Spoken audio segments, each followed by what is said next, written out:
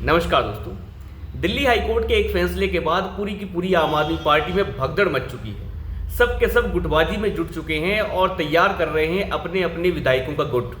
चाहे वो आतिशी मारलेना हो, चाहे सौरभ भारद्वाज हो, चाहे वो कैलाश गहलोत हो, सब के सब अब तैयारी में है कि कौन अगला मुख्यमंत्री बनेगा।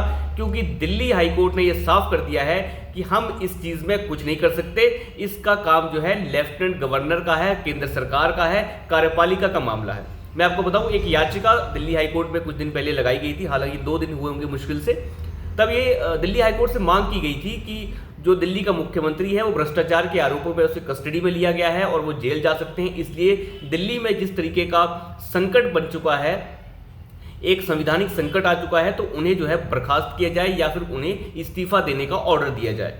तो दिल्ली हाईकोर्ट ने, जो चीफ जस्टिस हैं दिल्ली हाईकोर्ट के, कार्यवाहक चीफ जस्टिस हैं फिलहाल, तो उन्होंने ये साफ कह दिया कि ये कार्यपालिका का मामला है और हम इस चीज़ के ऊपर पहले से नज़र बना रखे थे। हमने खबरें भी पढ़ी हैं, न्यूज़पेपर पढ़ा है, उसमें ये साफ संदेश मिल रहे हैं कि दिल्ली के लेफ्टिनेंट गवर्नर जो हैं सक्सेना साहब, वो इसके ऊपर नज़र बनाए हुए हैं और ये उनका काम है कि दिल्ली के अंदर सरकार कैसे बननी चाहिए, कैसे चलनी चाहिए, और अगर संवैधानिक संकट है तो उस संवैधानिक संकट को राष्ट्रपति शासन लगाकर वो दूर कर सकते हैं। ये इसके अंदर न्यायपालिका का किसी भी तरीके का हस्तक्षेप हम नहीं समझते हैं कि होना चाहिए।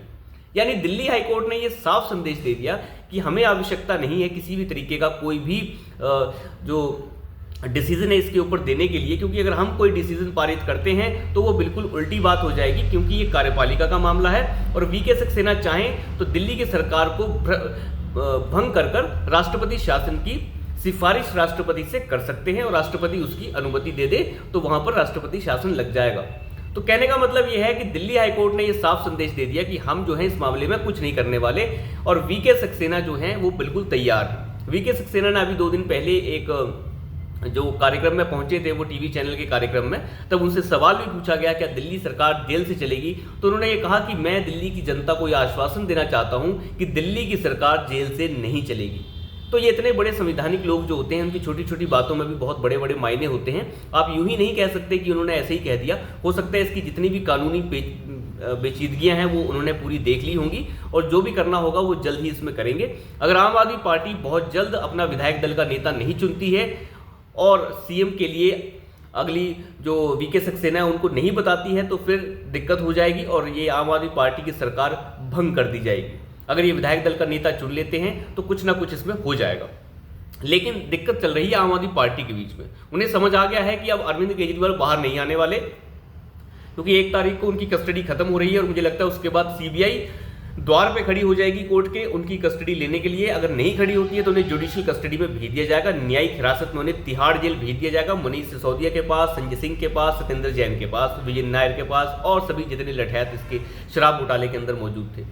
तो उसके बाद अब आतिशी मारलेना, सौरभ भारद्वाज और ये जितने भी नेता हैं, गोपाल राय, ये सब के सब जो है गुटबाजी में लग चुके हैं। अपने अपने विधायकों का गुट तैयार किया जा रहा है। लेकिन आतिशी मारलेना जो है एक तरीके से आप कह सकते हैं वो इस वक्त सबसे ज़्यादा पदों पे ऊपर हैं, सबसे ज़्यादा पोर्टफोलियो उनके पास हैं। तो इस हिसाब से लोग कहते हैं कि उन्हें जो है सीएम पद पे जो है आगे किया जा सकता है, लेकिन इसकी संभावनाएं भी बहुत कम हैं।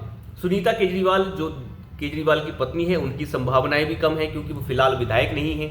तो ये सब चीज़ें चल रही हैं और मुझे लगता है कि वहाँ जो आम आदमी पार्टी में जो भगदड़ की खबरें आ रही हैं वो इसीलिए हैं कि सब के सब अपना गुट बना रहे हैं, अपने अपने विधायकों का नया गुट तैयार किया जा रहा है कि कौन किसके समर्थन में है।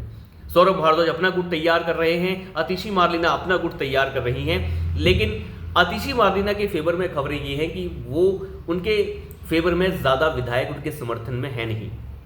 सौरभ भारद्वाज का भी कुछ ऐसा ही हाल है, क्योंकि ये दोनों नेता जो है मुंहफट नेता हैं और इनकी जो कार्य करने का तरीका है वो कुछ ज़्यादा अच्छा है नहीं, जिसकी वजह से इनके साथ समर्थन नहीं है। सुनीता केजरीवाल के साथ विधायक पहले से ही खिलाफ में हैं, उनके साथ नहीं जाना चाहते। हो सकता है यहाँ पर कैलाश गहलोत जिन्हें कल शराब घोटाले मामले में एनफोर्समेंट डायरेक्टरेट ने तलब किया था, वहाँ पर वो पूछताछ देकर भी आए, 5 घंटे की पूछताछ हुई। वो एक थोड़े संवेदनशील नेता है और कम बोलने वाले नेता है और आम आदमी पार्टी में उनकी हैसियत जो है भले ही ज़्यादा बड़ी ना हो, लेकिन वो एक ऐसे नेता हैं जो आम आदमी पार्टी में काफ़ी पढ़े लिखे माने जाते हैं और काफ़ी संवेदनशील माने जाते हैं और बिल्कुल कम बोलने वाले हैं, मुंहफट नेता नहीं है। उनका नंबर इस चीज़ में लग सकता है। बहुत सारे विधायकों का मानना है कि कैलाश गहलोत इस पद को आराम से अच्छे से संभाल सकते हैं। लेकिन क्या केजरी जो है वो केजरी गैंग जो है वो क्या अपने पद को छोड़ देगा? मुझे नहीं लगता कि वो अपने पद को छोड़ेंगे, और अगर पद को नहीं छोड़ेंगे तो दिल्ली की विधानसभा को भंग कर दिया जाएगा, ये तय है। और मुझे लगता है 1 हफ्ते के अंदर इसका फैसला होने वाला है।